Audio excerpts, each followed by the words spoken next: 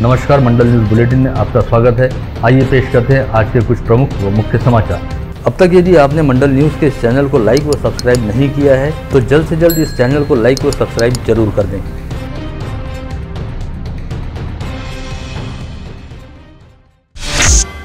आज पूरा दिन मुंबई में हनुमान चालीसा के पठन को लेकर चली गहमागहमी के बाद देर शाम खार पुलिस द्वारा राणा दंपति को उनके खार परिसर स्थित निवास स्थान से अपनी हिरासत में लिया गया। साथ ही उन्हें खार पुलिस स्टेशन ले जाया गया है, जहां पर आज रात राणा दंपति को रखा जाएगा। इसके पश्चात खार पुलिस द्वारा कल सुबह सांसद नवनीत राणा व विधायक रवि राणा को मुंबई की अदालत में पेश किया जाएगा। राणा दंपति की यह गिरफ्तारी धारा 153 के तहत हुई है। राणा दंपति को पुलिस द्वारा खार परिसर स्थित उनके निवास स्थान से निकालकर पुलिस स्टेशन ले जाए जाते समय जहां एक और सांसद नवनीत राणा व विधायक रवि राणा ने जमकर नारेबाजी की, वहीं दूसरी ओर उनका निषेध करने हेतु इस परिसर में शिव सैनिकों की भारी भरकम भीड़ जमा थी, जिन्हें परे करते हुए पुलिस ने बड़ी मुश्किल से राणा दंपति को अपने कब्जे में लिया और उन्हें पुलिस के वाहन में बिठाकर पुलिस स्टेशन की ओर ले जाया गया। पुलिस स्टेशन के आसपास भी शिव सैनिकों का काफी अच्छा खासा जमावड़ा रहा, किंतु पुलिस ने पूरे परिसर में स्थिति को नियंत्रण में रखने हेतु काफी तगड़ा बंदोबस्त लगा रखा था। जिस समय मुंबई पुलिस राणा दंपति को अपनी हिरासत में लेने के लिए उनके निवास स्थान पर पहुंची तो पुलिस को अपने घर के भीतर देखकर सांसद नवनीत राणा ने सबसे पहले उनसे वारंट दिखाए जाने की मांग की। इस समय सांसद नवनीत राणा व पुलिस अधिकारियों के बीच थोड़ी तनातनी वाला माहौल भी दिखाई दिया। सांसद नवनीत राणा का कहना रहा कि पहले पुलिस उन्हें वारंट दिखाए, जिसके बाद ही वे उनके साथ घर से बाहर निकलेंगी।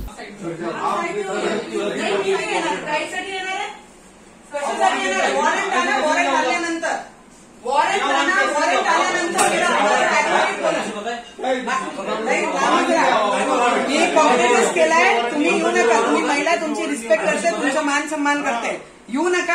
आम्ही कॉम्प्लेंटच केलाय कालपासून। आमची पण कंप्लेंट आहे, आमची कंप्लेंट अशा पद्धतीने जर तुम्ही व्यवहार केला दादा, मला आताही सांगते नियम अनुसार काम करा, नियमचे काय काम करू नका, नियम अनुसार काम करा। मी तुम्हाला सांगत आहे, वॉरंट दाखवा आणि आम्ही लोकप्रतिनिधी आहे। आवाज खाली करा, आवाज खाली करा, आवाज खाली करा। मी सांगून राहिली, आवाज खाली। आमच्या घरात येऊ शकत नाही, आम्ही लोकप्रतिनिधी। बाहेर चला, पहिले चला बाहेर। पश्चात पुलिस द्वारा राणा दंपति को जबरन अपनी हिरासत में लेकर बाहर लाए जाने पर सांसद नवनीत राणा पुलिस वैन की सीढ़ी पर खड़ी हो गई और कैमरे की ओर देखकर नारेबाजी करने लगी, जिसके पश्चात मुंबई पुलिस की महिला कर्मचारियों ने उन्हें नीचे उतारा और गाड़ी में बिठाया। इस समय विधायक रवि राणा पूरी तरह से शांत थे और पुलिस वालों से कुछ कहने का प्रयास कर रहे थे। साथ ही नवनीत राणा को गाड़ी में बिठाए जाने के बाद विधायक रवि राणा भी पुलिस की गाड़ी में बैठ गए और दोनों को खार पुलिस स्टेशन की ओर ले जाया गया। विगत कुछ दिनों से हनुमान चालीसा पढ़ने को लेकर अमरावती जिले की सांसद नवनीत राणा व विधायक रवि राणा तथा शिवसेना के बीच जमकर रार व तकरार वाली स्थिति बनी रही और आज दोनों पक्षों के बीच टकराव का आलम कुछ इस हद तक बढ़ गया कि अब मुंबई इस मसले को लेकर जंग का अखाड़ा बनी दिखाई दी, जहां पर एक ओर तो खार स्थित अपने आवास पर मौजूद राणा दंपति किसी भी हाल में सीएम उद्धव ठाकरे के आवास मातोश्री बंगले पर जाकर हनुमान चालीसा पढ़ने के लिए पूरा दिन अड़े रहे, वहीं दूसरी ओर उनके फ्लैट की इमारत के चारों ओर दिन भर शिव सैनिकों का हुजूम मौजूद रहा, जिन्हें नियंत्रित करने हेतु पूरे परिसर में कड़ा पुलिस बंदोबस्त लगाकर रखा गया था। ऐसे में राणा दंपति मातोश्री बंगले पर जाने हेतु अपने आवास से बाहर ही नहीं निकल पाए। इसके बाद दोपहर पश्चात अपने आवास पर एक पत्रवार्ता बुलाते हुए राणा दंपति ने कहा कि कल रविवार 24 अप्रैल को देश के प्रधानमंत्री नरेंद्र मोदी मुंबई के दौरे पर आ रहे हैं। ऐसे में इस दौरे के दौरान किसी भी तरह की कोई गड़बड़ी न हो, कानून व्यवस्था की स्थिति के लिए कोई खतरा पैदा न हो और आम जनता को भी किसी भी तरह की कोई दिक्कत या तकलीफ न हो, इस बात के मद्देनजर उन्होंने अपने आंदोलन को पीछे लेने का फैसला किया है। साथ ही मातोश्री बंगले पर जाकर हनुमान चालीसा पढ़ने का विचार त्याग दिया है। आज सुबह से मातोश्री बंगले के साथ साथ खार परिसर स्थित राणा दंपति के फ्लैट के सामने शिव सैनिकों की भारी भरकम भीड़ जमा रही और इस भीड़ में शामिल कई शिव सैनिकों ने पुलिस द्वारा लगाई गई बैरिकेडिंग को तोड़ते हुए राणा दंपति के फ्लैट वाली इमारत के काफी पास तक पहुंचने में सफलता भी हासिल की, जिन्हें पुलिस ने खदेड़ते हुए हालात को नियंत्रित किया। अपनी रिहायशी इमारत के बाहर मौजूद शिव सैनिकों की भीड़ और भीड़ द्वारा किए जा रहे हंगामे के चलते सांसद नवनीत राणा व विधायक रवि राणा पूरा समय अपने ही घर में फंसे रहे और दोपहर 3 बजे तक एक बार भी अपने घर से बाहर नहीं निकल पाए, जिसके बाद उन्होंने मातोश्री बंगले पर जाने का इरादा त्यागते हुए इसकी घोषणा पत्रवार्ता में दी। राणा दंपति द्वारा मातोश्री बंगले पर जाने का इरादा त्यागने की घोषणा पत्रवार्ता में करने के बावजूद शिव सैनिक उनके आवास के सामने डटे रहे और शिव सैनिकों का कहना रहा कि सांसद नवनीत राणा व विधायक रवि राणा ने मुंबई में कानून व व्यवस्था के साथ ही वातावरण को बिगाड़ने का प्रयास किया है और मातोश्री तथा शिवसेना के पार्टी प्रमुख मुख्यमंत्री उद्धव ठाकरे के लिए अपमानास्पद शब्दों का प्रयोग किया है। ऐसे में वे सबसे पहले अपने कृत्य के लिए माफी मांगे, अन्यथा उन्हें घर से बाहर नहीं निकलने दिया जाएगा। वहीं इस पूरे घटनाक्रम के बीच शिवसेना के पार्टी प्रमुख व मुख्यमंत्री उद्धव ठाकरे ने शिव सैनिकों के नाम आदेश जारी करते हुए संयम बनाए रखने और कानून व व्यवस्था को अपने हाथ में नहीं लेने की बात कही, जिसके बाद पुलिस की बड़ी कुमक को तैनात करते हुए राणा दंपति को उनके घर से बाहर निकालने हेतु पुलिस के वाहन भी मौके पर भेजे गए। साथ ही पुलिस को मौके से भीड़भाड़ कम करने के भी आदेश जारी किए गए, लेकिन इसके बावजूद भी शिव सैनिकों द्वारा माफी मांगे बिना राणा दंपति को घर से बाहर ले जाने का विरोध किया जाता रहा, जिसके चलते खार परिसर में देर शाम तक हालात काफी तनावपूर्ण बने रहे। सांसद नवनीत राणा व बडनेरा के विधायक रवि राणा द्वारा पीएम मोदी के मुंबई दौरे का हवाला देते हुए सीएम उद्धव ठाकरे के मातोश्री बंगले पर हनुमान चालीसा पढ़ने का निर्णय रद्द किए जाने के बाद अपनी प्रतिक्रिया देते हुए शिवसेना के प्रवक्ता व सांसद संजय राउत ने कहा कि अमरावती के बोगस घंटाधारी बंटी बबली मुंबई तो आए थे, लेकिन मुंबई के गदाधारी शिव सैनिकों के सामने उनकी कुछ भी नहीं चली और उन्हें वापस भागना पड़ा। इस बार तो वे सही सलामत वापस चले गए हैं, लेकिन अगर दोबारा कभी उनके दिमाग में ऐसा कोई विचार आता है तो उन्हें चाहिए कि वे अपने कफन दफन का इंतजाम करने के साथ ही शिवसेना से भिड़ने के बारे में सोचें। मुंबई में सांसद नवनीत राणा व विधायक रवि राणा द्वारा बैकफुट पर आते हुए मातोश्री बंगले पर जाकर हनुमान चालीसा पढ़ने का इरादा छोड़ने की जानकारी मिलते ही अमरावती में शिवसेना के पदाधिकारियों व शिव सैनिकों ने शंकरनगर परिसर स्थित राणा दंपति के आवास के सामने आतिशबाजी करते हुए जमकर जल्लोष मनाया, साथ ही जलेबी बांटकर एक दूसरे का मुंह मीठा कराते हुए इसे शिवसेना की जीत बताया।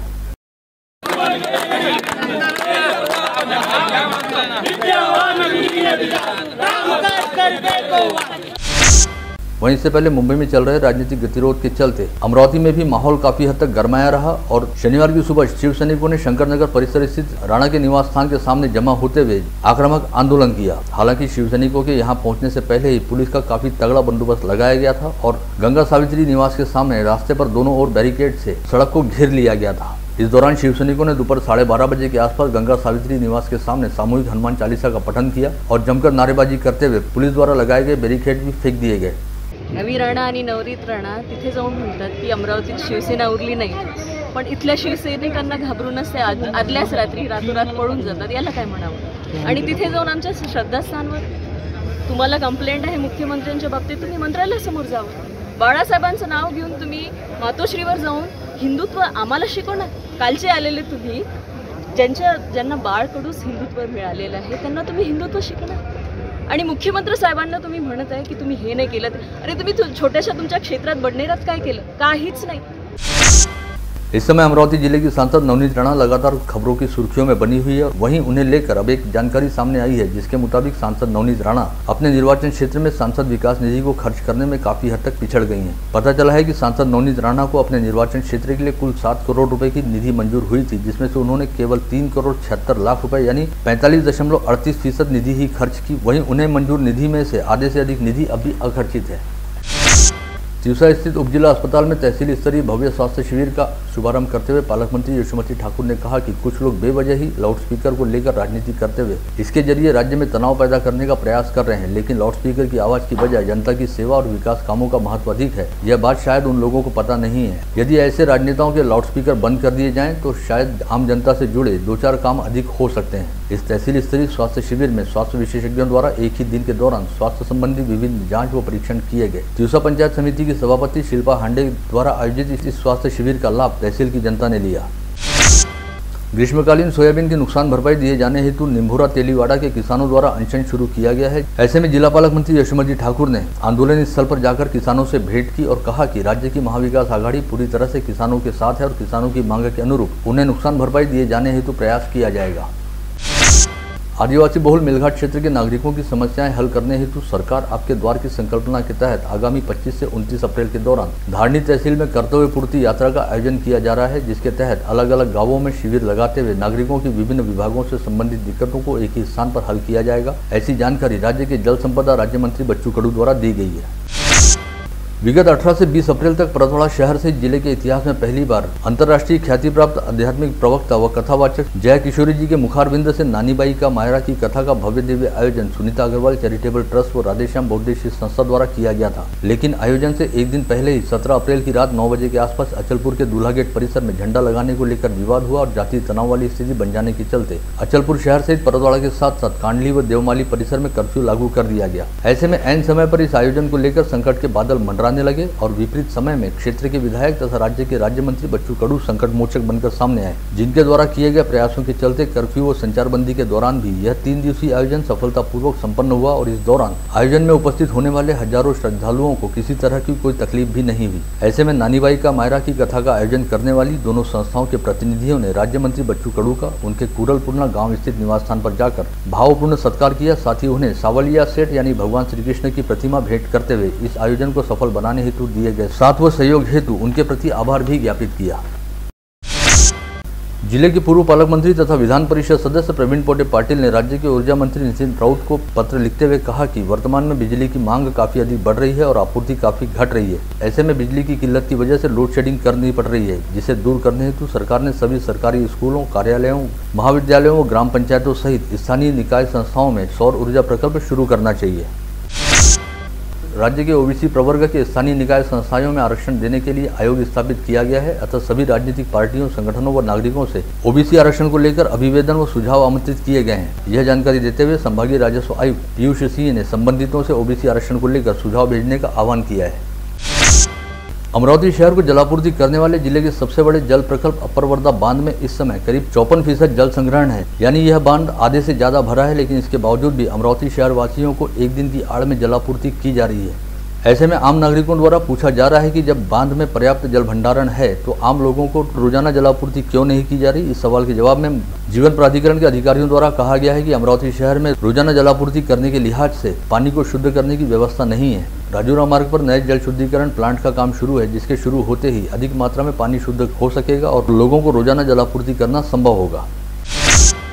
महावितरण द्वारा बिजली ग्राहकों से 1 महीने का बिल डिपॉजिट रखा जाता है, लेकिन बिजली कंपनी ने अभी से बढ़ाकर 2 महीने का कर दिया है। ऐसे में अब ग्राहकों को 2 महीने का बिजली बिल डिपॉजिट के तौर पर भरना पड़ेगा, जिससे विद्युत ग्राहकों पर अतिरिक्त वित्तीय भार पड़ेगा। इस समय एन ग्रीष्मकाल में जहां एक और लोड शेडिंग चल रही है, वहीं महावितरण द्वारा ग्राहकों से अतिरिक्त डिपॉजिट की वसूली शुरू की गई, जिससे विद्युत ग्राहकों में नाराजगी व्याप्त है। राज्य परिवहन महामंडल के कर्मचारियों द्वारा विगत 5 माह से शुरू हड़ताल खत्म हो गई है और इस समय 90% से अधिक कर्मचारी काम पर लौट आए हैं, जिससे लालपरी की सरकारी बस सेवा अब पहले की तरह सामान्य हो गई है। इस समय तक जिले में 687 चालक व 733 वाहक काम पर हाजिर हो गए, लेकिन अब भी 106 कर्मचारियों का काम पर लौटना बाकी है। अमरावती कृषि उत्पन्न बाजार समिति सहित जिले की 9 कृषि मंडियों पर आज शनिवार 23 अप्रैल से प्रशासक राज लागू हो गया, जिसके तहत अमरावती कृषि उपज मंडी में डीडीआर राजेश लवेकर को बतौर प्रशासक कामकाज सौंपा गया है। जिला उप निबंधक कार्यालय द्वारा जिले की संबंधित 9 कृषि उपज मंडियों पर प्रशासक नियुक्ति की प्रक्रिया पूर्ण की गई है और अब आगामी 6 माह के भीतर सभी 9 कृषि उपज मंडियों में चुनाव कराए जाएंगे। यहाँ बुलाई गई पत्रवार्ता में doctor Panjabrao Deshmukh urban cooperative bank के अध्यक्ष राजेंद्र महले द्वारा कहा गया कि बैंक द्वारा आर्थिक वर्ष 2021-2022 में 6 करोड़ रुपए का सकल लाभ अर्जित किया गया, जिसमें से 1 करोड़ 98 लाख रुपए का प्रावधान एनपीए के तहत किया गया। वहीं विगत वर्ष बैंक को हुए 2 करोड़ 50 लाख रुपए के घाटे की पूर्ति करते हुए इस बार बैंक का शुद्ध लाभ 2 करोड़ 45 लाख रुपए रहा। ऐसे में संचालक मंडल के मार्गदर्शन, सदस्यों व ग्राहकों के सहयोग तथा बैंक कर्मचारियों के परिश्रम की बदौलत बैंक लगातार सफलता के रास्ते पर आगे बढ़ रही है। कर्मचाऱ्यांचे जे उपक्रम आहेत ते सुद्धा आम्ही राबवले। कर्मचाऱ्यांना एक विमा योजना आहे, वैद्यकीय विमा योजना आहे, तो आणि त्याची मिसेस जिच्यात कव्हर होते अशी बँकेकडून देऊन त्यांना त्यांच्या आरोग्याचा दखल घेऊन त्यांना त्याच्यात सेव्ह केलं।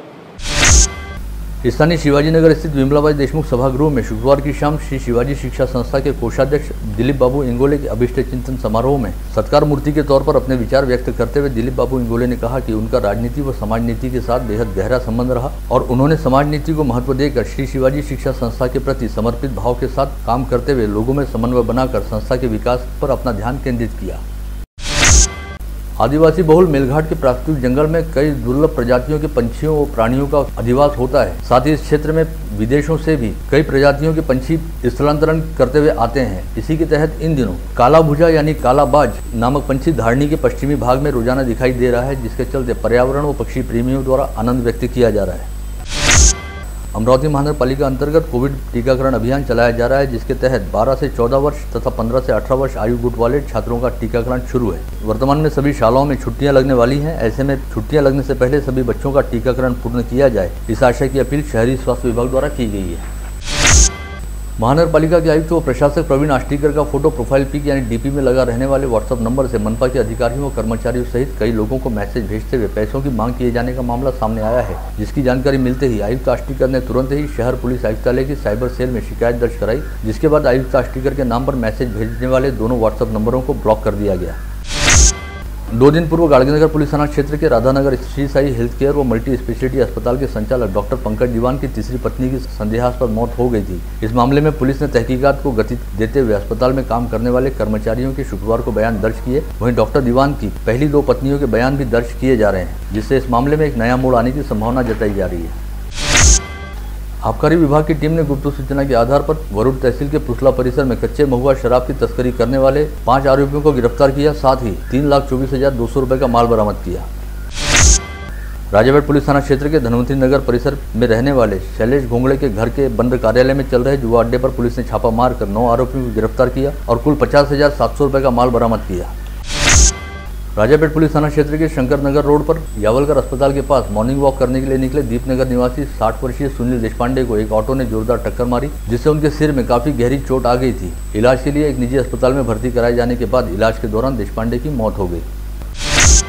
अंजनगांव पुलिस थाना क्षेत्र के टाटा नगर निवासी 21 वर्षीय महिला ने पुलिस में दी गई शिकायत में बताया कि मायके से सोने के गहने और रुपए लाने के लिए ससुराल वाले उसे काफी सताते हैं, साथ ही उसके रहते उसके पति ने दूसरी महिला से विवाह भी रचा लिया है। इस शिकायत के आधार पर पुलिस ने ससुराल पक्ष के 4 लोगों के खिलाफ अपराध दर्ज करते हुए कार्रवाई शुरू की है। 2 दिन पूर्व जहर पीने वाले तिवसा तहसील अंतर्गत ममदापुर निवासी 55 वर्षीय किसान गणेश पुंसे की शुक्रवार को इलाज के दौरान मौत हो गई। पता चला है कि कर माफी का लाभ नहीं मिलने की वजह से वे काफी परेशान हो गए थे। भाई के बेटे के विवाह के लिए उधार ली गई रकम तय समय के भीतर वापस नहीं करने के कारण गारंटी के तौर पर दिए गए चेक बैंक में रकम उपलब्ध नहीं होने की वजह से बाउंस हो गए। ऐसे में जौला शाहपुर निवासी अनिल पात्रे पर चेक बाउंस का अपराध सिद्ध होने की वजह से चांदूर बाजार की प्रथम श्रेणी न्याय दंडाधिकारी ने अनिल पात्रे को 1 वर्ष की सजा सुनाई है। आप देख रहे थे मंडल न्यूज बुलेटिन। हमारे चैनल को लाइक करें, शेयर करें और हाँ, सब्सक्राइब करना ना भूलें। कल होगी आपसे फिर मुलाकात, तब तक के लिए धन्यवाद।